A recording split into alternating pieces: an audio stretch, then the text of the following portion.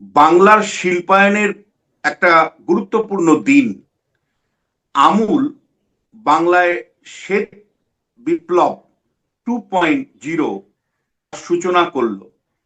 হাওড়াতে এই আমূলের যে কারখানা, সেখানে প্রায় 650 কোটি টাকার বিনিয়োগ হওয়ার কথা। রাউন্ড ফিগারে বললে 700 কোটি টাকার মতন বিনিয়োগ হবে। এই প্রকল্প এই সরকারের আসার পর, শুভেন্দু অধিকারী সরকারের আসার পর একের পর এক শিল্পের যে উদ্যোগ শুভেন্দু অধিকারী নিয়েছেন, কেন্দ্রীয় নেতারা নিয়ে, তারই আজকে চতুর্থ একটা প্রকল্প বলা যায়। এর আগে আপনারা দেখেছেন ডানকুনিতে লাক্সকোজি 600 কোটি টাকার প্রকল্প, মানে এক্সপেনশন বা সম্প্রসারণ প্রকল্প বিনিয়োগের কথা আপনারা জেনেছেন। আপনারা খুব বড় ধরনের শ্যাম স্টিলের বিনিয়োগের কথা শুনেছেন, বাঁকুড়াতে প্রায় 15,000 কোটি টাকার বিনিয়োগের কথা, এবং সেখানে ভিত্তিপ্রস্তর স্থাপন হয়েছে। এর এর পাশাপাশি একাধিক প্রকল্প, কিন্তু মিৎসুবিশি সমেত একাধিক প্রকল্প হয়তো পুজোর মধ্যেই শুরু হয়ে যাবে কাজ। কিন্তু আজকে যে প্রকল্প নিয়ে আমরা চর্চা করছি, সেই প্রকল্পের কিন্তু গুরুত্ব বিরাট।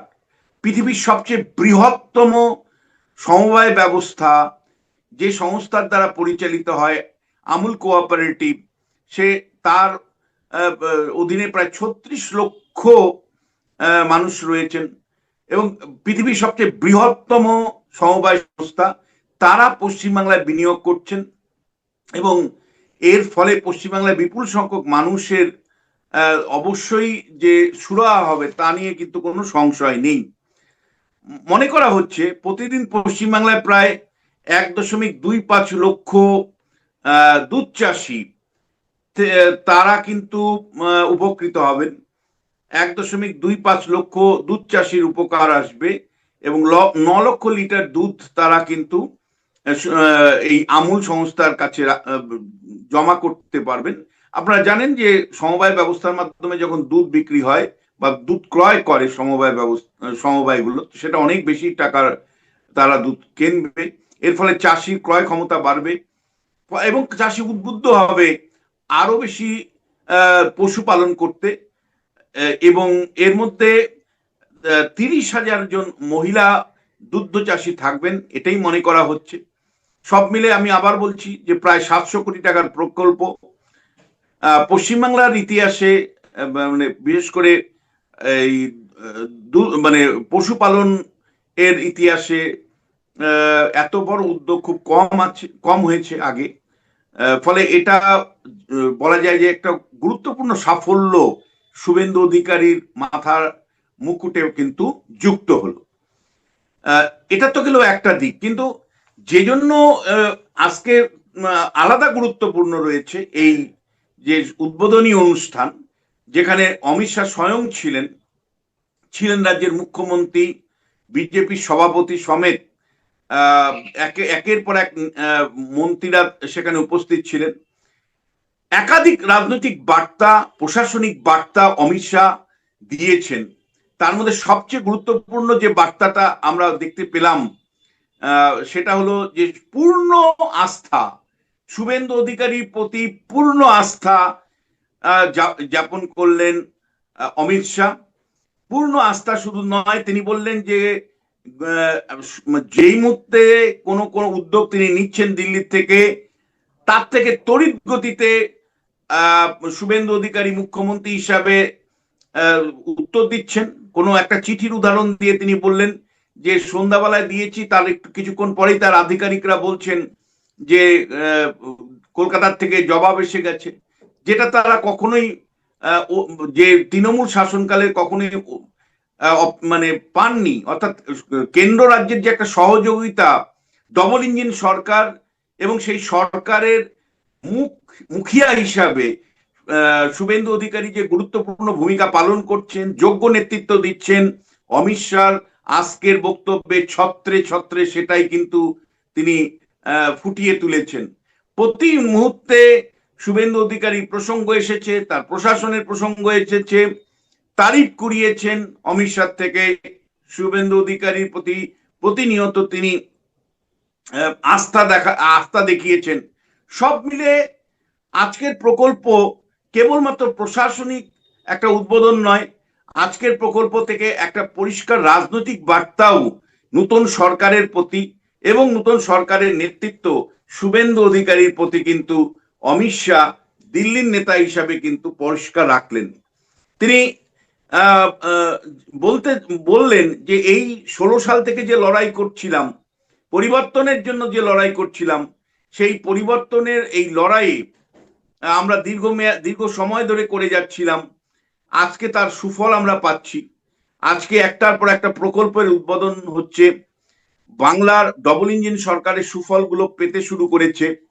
ফলে আগামী দিনে তারা সংকল্পপত্রে যা যা ঘোষণা করেছেন, সেই সমস্ত সংকল্পপত্রের ঘোষণাগুলো কার্যকারী করবেন, সেই অঙ্গীকার আবারও এই বাংলার শ্বেত বিপ্লব 2.0 সূচনায় অমিত শাহ পরিষ্কার করে জানিয়ে দিলেন। অমিত শাহ একই সাথে জানালেন যে তিনি 3 দিন ধরে এই বাংলায় পড়ে রয়েছেন, যাতে করে অনুপ্রবেশের ইস্যুটাকে আটকানো যায়। বিএসএফ ইতিমধ্যেই জমি পেয়ে গেছে, পরিকাঠামোর বিকাশে বিএসএফ তৎপর হয়েছে এবং তার রিভিউ মিটিং একের পর এক তিনি করেছেন। শিলিগুড়ি করিডোর নিয়ে বৈঠক করেছেন। সব মিলে দেশের নিরাপত্তার প্রশ্নে, বিশেষ করে বাংলা সীমান্তের নিরাপত্তার প্রশ্নে অমিত শাহ গত 2 দিন ব্যস্ত ছিলেন। আজকে 3য় দিনে তিনি নতুন একটি শিল্প, বলা যায় যে আমূলের ভিত্তি প্রস্তর স্থাপন করে নতুন করে এই সরকারের শিল্পায়নে কেন্দ্র যে পাশে থাকবে সেই বার্তা যেমন দিলেন, তেমনি সংকল্পপত্রে যা যা বলা আছে সেগুলোকে কার্যকারী করা হবে তার স্পষ্ট বার্তা এবং আশ্বস্ত তিনি করলেন।